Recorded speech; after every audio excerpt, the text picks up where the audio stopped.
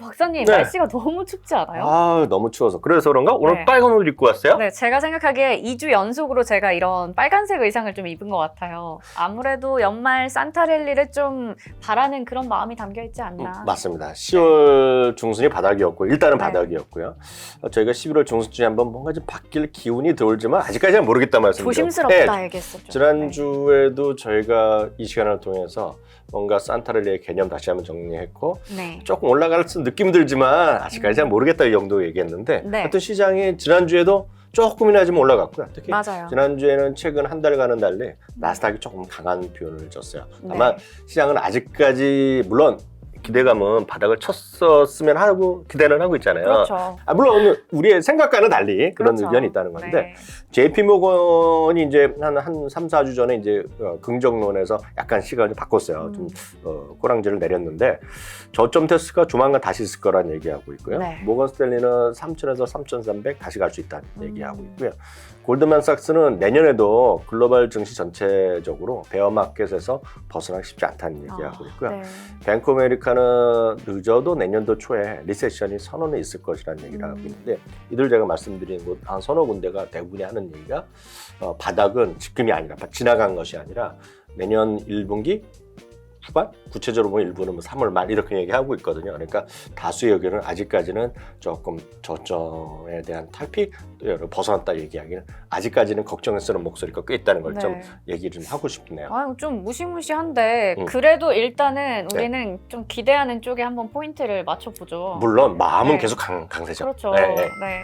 그래도 좀 어느 정도 많이 회복을 하는 것 같은데요. 봤어요. 우리가 이제 그 황소장과 고매장 네. 얘기하잖아요. 그래서 황소가 이제 불마켓이라서 강한 건데 불마켓, 베어마켓의 정리는 아주 간단합니다. 고점 대비 20%가 떨어지면 우리가 네. 약세장을 얘기하고 돼요? 저점 대비 20% 올라가면 강세장을 얘기하는데 네. 3대 지수 중에서 물론 기준은 S&P 500이지만 다우 지수가 이번에 불마켓에 들어갔어요. 지난주에. 맞아요. 왜냐하면 네. 다우가 10월 중순에 저점에서 지난주 중반에 이제 그 20% 넘는 모습으로 지나갔는데 또 하나는 S&P 500 기준으로 보면 물론 기술적인 걸 저희가 많이 중시하진 않지만 단기선이 있고 중장기선 우리가 미국에서는 200일선을 중시하는데요. 네. 200일 이동평균선을 거의 8개월 만에 넘어섰어요. 오. 그래서 특히 8개월, 7, 8개월 만에 이렇게 넘어서면 예전에 보면 한두 차례 제약으로는 대부분이 한 달, 3개월, 6개월, 12개월 동안 꾸준히 많이 올랐던 기억이 있고요. 특히 6개월 이상 되면 평균 13에서 12개월이면 17% 그리고 상승 확률도 10번에서 9번 이상이 올라갔기 때문에 네. 일단 200일선을 올라간 것은 상당히 의미 있다라고 보셔야 되겠고 마침 이제 지난주에도 네. 조금이지만 나스닥이 더 올랐고요. 그렇죠. 그리고 S&P 500 그리고 다우가 지난주에 좀 올라간 것은 그나마 다행이죠. 저희가 다우 얘기하면서 네. 그때 다이아 ETF 소개해드렸던 기억이 있거든요. 맞아요. 다우가 그래도 3대 지수 중에서는 음. 상당히 덜 빠지는 모습이었는데 네. 그래도 지금 자체로 봤을 때도 3대 지수 중에서 분위기가 제일 괜찮지 않나요? 분위기가 괜찮죠. 네. 특히 이제 연초 대비 보면 마이너스 5.3% 정도까지 회복했거든요. 네. 그러니까 물론 쉽지는 않지만 남은 기간에 한 6% 정도 올라가면 네. 이번에 아주 잘하면 아주 잘하면 네. 여러분 이제 기도를 많이 하셔야죠. 기도. 기도를 하면 네. 잘하면 다우지수는 사상체 효과를 한 번 더 기록하고 끝나지 않을까. 왜냐하면 네. 사상체 효과가 다우지수는 두 번째 날이었어요. 1월 3일인가 그랬는데 한번 가지 않을까라는 생각을 갖고 있습니다. 진짜 했으면 좋겠어요. 네, 다만 그렇게 생각할 수 있다는 것도 보면 몇 가지 우리가 징후가 있어야 되잖아요. 맞아요. 뭔가 이렇게 세상이 바뀌려면 뭔가 징후가 있어야 되는데 물론 네. 이게 완벽하다 그러면 확 벌써 아주 강할 텐데 네. 11월 달에쯤 우리가 주목할 만한 변화들이 있어요. 제가 몇 가지 오. 아마 얘기를 한번 들어보실 필요가 있어 보이는데 네. 아까 말씀드렸던 대로 다우지수가 불마켓에 진입한 거 분명히 큰 변화가 있겠고요. 또 하나 보면 우리가 계속 경기 방어주가 상대적으로 강했는데요. 네. 최근에 보면 에너지 정도 제외하고는 경기 민감주가 민감주요. 경기 민감주랑 경기 좋아짐에 따라서 뭐 IT 디크 막 그런 그렇죠. 것들이에요. 네. 경기 민감주가 경기 방어주보다 좀 아웃퍼폼했어요. 지난 11월에요. 네. 분명히 의미가 있겠고요. 지난 마지막 날도 보면 소위 우리 공포지수라고 들어보셨죠? 빅스. 네, 빅스. 네. 물론 정확한 얘기는 변동성 지표인데 네. 그게 20 이하로 떨어지면서 연초에 가장 올랐을 때는 30 몇 정도였는데 네. 거의 40이었는데 지금 20 이하로 다시 떨어지면서 조금만 더 내려가면 이거 연중 최저 수준까지 얘기했고요. 그리고 올해 보면 채권도 엄청 손해가 났어요. 채권도. 근데 지금 투자 등급 채권 기준으로 보면 월별 수익률을 보면 그만큼 채권 값이 올랐다는 얘기죠. 금리가 네. 내려갔다는 얘기인데 채권에 대한 수익률이 월별 또 최고가 나왔고요. 어. 또 하나 이제 우리나라도 많이 느끼실 텐데 이제 맞아요. 우리는 이제 달러 여러 가지 있겠지만 지난 주말에 아마 기름 넣으신 분이 아마 1,560원 정도 넣으신 분이 계신 것 같아요. 네. 제가 주위에서 보면.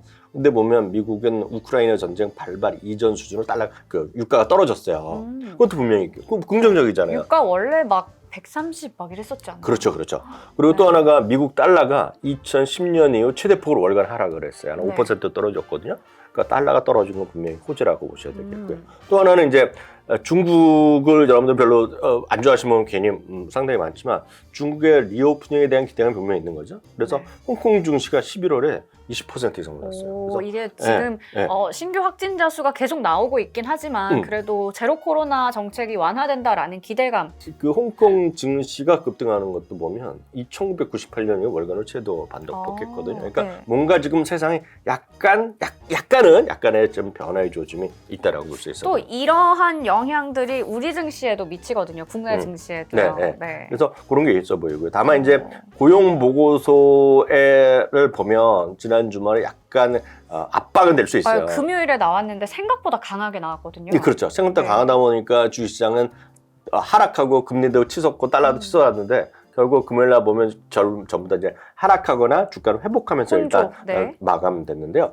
어찌됐건 가장 중요한 것은 물가 지수가 되겠는데요. 물가 지수는 기억하시잖아요. 지난달에 7.7%가 나왔어요. 7.7%가 나왔는데 상승했는데 이번에 13일 날 발표하거든요. 이제 다음 주에 발표하는데 지금 지난번에 소개시켜드렸다시피 트로플레이션 같은 경우에는 소비자 물가 상승률이 지금 6.49로 지난 주말 지킵니다. 그래서 네. 한 주 전 대비도 약간 올라갔지만 그래도 전주 대비 전월 대비 많이 내려가 있어요. 그래서 우리가 생각하는 거의 월가의 컨센서스는 7.6 정도 되는데 네. 그보다 더 내려갔으면 좋겠지만 그렇죠. 최소한 올라가지 않고 조금이라도 내려간 정도만 나오면 이렇게 인플레이션에 대한 걱정은 그래도 많이 좀 완화될 수 있지 않을까라는 생각이 들죠. 네. 일단은 지난주에 고용 보고서가 좀 발표가 됐고 네. 그리고 나서 이번 주는 사실 좀 조용한 기간이잖아요. 그렇죠, 블랙아웃 그렇죠. 기간이기도 하고 네. 다음 주가 이제 12월 FOMC가 있고 그리고 CPI 발표가 있어서 좀 중요한 한 주가 될 텐데 네. 일단은 뭐 비슷하거나 네. 뭐 완전 예상치를 상회하진 않을 거다. 예상치보다 상회하면 큰일 나죠. 그러니까 예상치보다 않을 상회하면 거다라는 주가 거죠. 크게 떨어질 겁니다. 일단은. 네. 예. 그렇지만 조금은 내려갈 거라는 기대감을 갖고 있는데 늘 그렇지만 저희는 겸손하게 네. 기대드려야지. 너무 욕심내지 마시고. 알겠습니다. 그러니까 크게 떨어지면 좋겠지만 네. 조금만 지금 분위기는 조금 정도는 내려가지 않을까. 제발 좀 내려가고 음. 뭐 12월 FOMC는 예상대로 정도로 나와서 네. 산타랠리에 힘을 좀 실어줬으면 좋겠습니다. 예. 그래서 많은 사람들이 이제 불꽃 랠리 하면서 막 확 올라가길 원하잖아요. 네. 그런 의견이 이렇게 많이 있는 건 아니에요. 다만 그런 분들의 대표적인 남은 분들이 펀드 스트레 탐내 정도인데요. 네. 펀드 스트레 탐내는 딱 구체적으로 또 불꽃 랠리한 표현까지 쓰고 있어요. 오. 그러니까 가능성이 있다는 얘기죠. 파이어웍스. 네, 파이어웍스가 불꽃이잖아요. 네. 가능성이 있다는 건데 최근에 시장 올해 내내 어떤 억눌렀던 11가지 정도의 어떤 이슈가 있는데 그것이 지금 반대로 가고 있다는 겁니다. 11개나 있었나요? 굳이 따진 거죠. 가장 큰 거가 역시 소비자 물가 상승률이잖아요. 맞아요. 그 7% 연초에 7%였고요. 그게 9% 넘었었는데 지금 와. 9% 넘었던 것이 7.7%로 분명히 내려온 게 분명히 있겠고요. 네.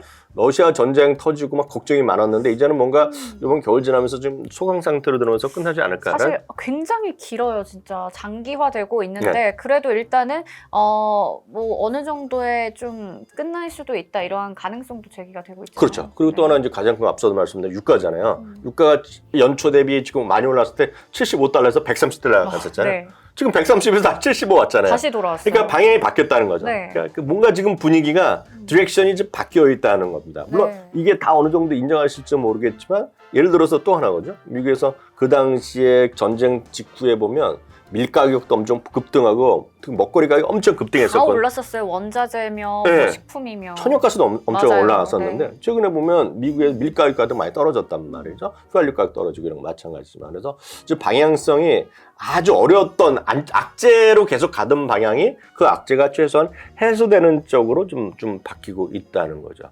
그 당시만 보더라도 1, 2월 때만 하더라도 금리가 이제 처음 올리기 시작하면서 이제 엄청나게 빨리 올릴 것 같은 느낌 많이 들었는데 지금은 어찌됐건 우리가 확인은 못했지만 이번에 연준에서 FOMC 나오겠지만 결국 금리 인상 속도 조절, 뭐 좀 둔화 이런 얘기 하는 거죠. 심지어 보면 이번에 12월 14일이 올해 마지막 연준이거든요. 네. 근데 대부분이 이제 내년에 2월에도 금리를 한 차례 정도 더 올릴 거라고 얘기를 하고 있어요. 그 2월, 3월인데요. 2월 달에는 혹시 잘 모르시겠지만 아시는 분 선물 드려야 되는데 2월 달에 FOMC 내년 첫 번째 FOMC 언제 열리는지 아세요? 2월 네. 8일? 아니죠. 절대 안 잊어버려요. 첫날에 열립니다. 2월 1일. 2월 1일. 2월 1일. 네. 그러니까 첫날도 대부분의 지금은 한 차례 또 뭐 25bp 정도 올릴 거라고 얘기하고 네. 있는데 시겔 교수 같은 경우는 제롬 시겔 같은 경우는 언제 끝났다. 이런 얘기까지 하는 거예요. 금리 안 올린다는 얘기하는 거죠. 만약에 안 올리면 주가 크게 올라갈 수 있다는 얘기를 안 하는 거예요. 올린다는 게 참 낯설 정도예요. 이제. 완전히 낯설죠. 네. 그래서 극히 소수 의견인데 이런 분명히 긍정적으로 보는 분들도 있다는 거가 되겠고요. 가장 큰 것 또 하나는 앞서 말씀드렸다시피 중국의 제로 코로나 네. 정책에서 지금 뭔가 제로 코로나 정책의 완화 이런 것들이 그렇죠. 사실은 아니더라도 많이 기대감이 있잖아요. 그러니까 그런 것들이 좀 바뀌는 거죠. 그리고 가장 큰 거는 역시 달러가 계속 올라가는 시기. 그래서 지금 달러는 지난 한 달 동안 5%가 떨어질 정도로 달러가 좀 하락하는 시기라는 네. 점에 보면 뭔가 이런 한 11가지를 근거로 해서 불꽃이 온다는데 불꽃 우리가 한다는데 모르겠어요. 그런데 앞서 체크해봤던 JP모건이나 골드만삭스나 뭐 여러 곳에서는 네. 일단은 아직까지는 좀 어려울 수 있다. 1분기까지는 어려울 수 있다라는 얘기가 나오고 있는데 네. 우리는 그러면 도대체 우리 네. 투자자분들은 네. 여기서 어떻게 대처를 해야 되는 거예요? 제가 고민을 많이 했어요. 네. 그래서 오늘은 그냥 ETF 3개로 여러분들의 마음을 담아서 딱 찍어드릴게요. ETF 3개라는 거는 네. 총 3가지의 방식으로 네. 선택할 수 있다는 건가요? 늘 말씀드리지만 네. 인지조화가 저는 가장 중요하다고 보고 있거든요. 그렇죠. 자기의 믿고 있는 자기의 생각과 같이 가면 되는 거예요. 지금은 전체적으로 느낌대로 여러분들 가시라고 3가지 관점에서 말씀드리겠는데요. 일단 먼저 시장에 대해서 어떻게 보냐면 다시 한번 정리하면 시장은 전체적인 다수견은 내년 초반까지 여전히 어렵다. 네. 한 번 더 위기감이 있을 것이라는 그렇죠. 의견이 네. 아직은 다수라고 보셔야 되겠고요. 그렇지만 지난주에도 말씀드렸다시피 이거는 이 부분 내피셜인데요. 네. 지금까지 힘든 기간, 1월부터 지금 6월 달에 최바닥 껴갖고 10월에 다시 한번 바닥하고 네. 조금 두 번째 반등 시도하고 있는데 어찌됐건 저는 바닥을 완전히 쳤는지는 모르겠으나 지금까지의 기간, 11개월의 기간과 폭보다 앞으로 남은 기간, 3개월이 될지 6개월을 좀 모르겠지만 남은 기간은 조정 기간이 짧거나 아니면 폭도 낮을 덜할 거다라고 보이기 때문에 지금 저는 어느 정도 희망을 갖는다 보고 있고요.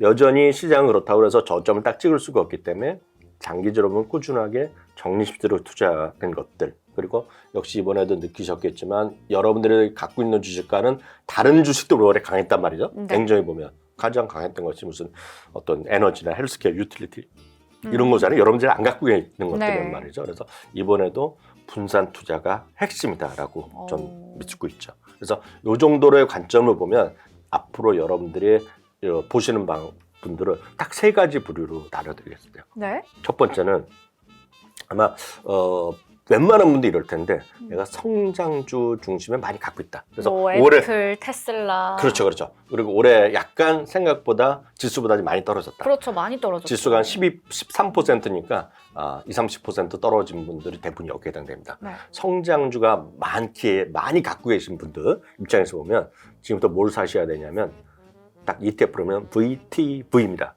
VTV. 네. 거꾸로 해도 똑바로 해도 그렇죠. VTV. VTV입니다. 뱅가드에서 운영하는 가치주 ETF인데요. 전 세계에서 가장 큰 가치 투자 ETF입니다. 네. VTV. 어떤 종목들이 있어요? 뭐냐면 에너지도 들어있고 제약주 들어있고 흔히 얘기해서 가치주라고 포함되는 것들이 여기 다 들어가 있죠. 아하, 벅스에서 이런 거 들어가 있고 그래서 가치주 ETF에서는 세상에서 가장 큰 겁니다.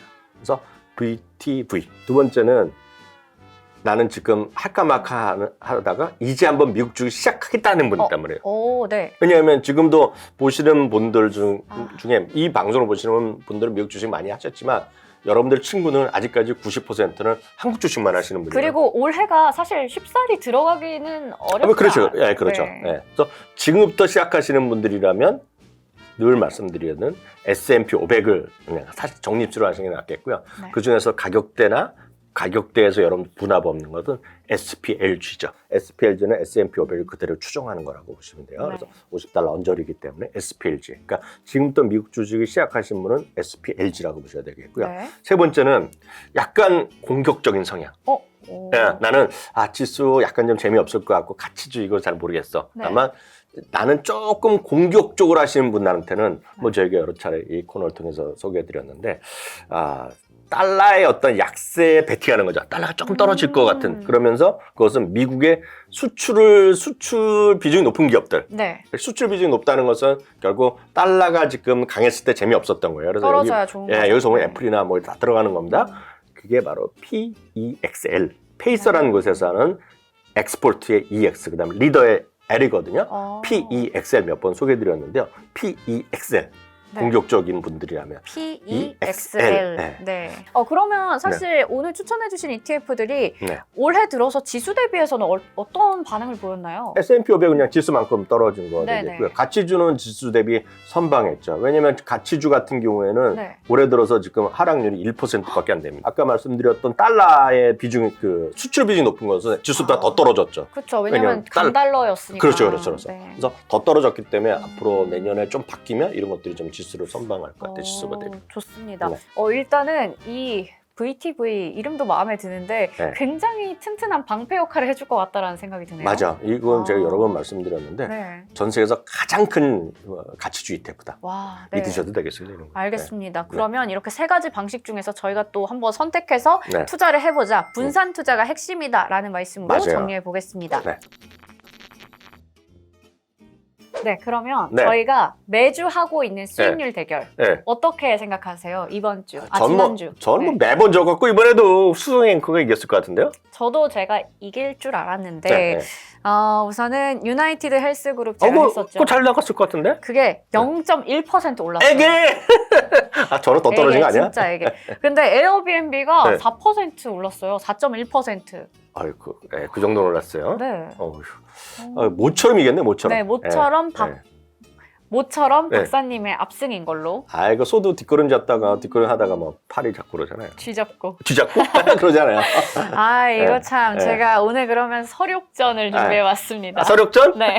진짜 좋아요. 이번 주가 사실 네. 굉장히 뭐 지표라던가 실적을 발표하는 기업들이라던가 봤을 때 네. 우리 그 뉴욕 증시에 크게 영향을 미칠 것 같진 않더라고요. 네. 그런데 네. 목요일에 네. 이 룰루레몬이 실적을 발표합니다. 진짜요? 네. 큰일 났네. 근데 룰루레몬이 실적을 내놓는데 네. 저희가 gem쪽 상담소에서 네, 네. 그때 클라라 씨님 모셔놓고 룰루레몬 얘기했었잖아요. 네네. 실적 잘 나올 것 같거든요. 네네. 이거 진짜 깜짝 놀랐는데 저도 사실 룰루레몬 준비했거든요. 진짜요? 왜냐면 주가는 저거 사상치 효과 갈 것 같아요. 네. 근데 지금 좀 약간 다른 거 가겠습니다. 어떤 거? 룰루레몬 좋은데요. 룰루레몬 사러 갈 때 네. 그냥 뭐 현금을 내는 사람이 몇 명 있겠어요. 그래서 다시 한번 좀 비자를 가겠습니다. 비자. 비자. 네. 알겠습니다. 그러면 네. 룰루레몬과 비자의 이번 한 주 대결도 여러분 많은 기대 부탁드리겠고요. 저희는 이번 주 이렇게 또 시작을 활기차게 해보고 다음 주에 다시 인사드리도록 하겠습니다. 여러분 이번 주도 힘내서 성공 투자하세요.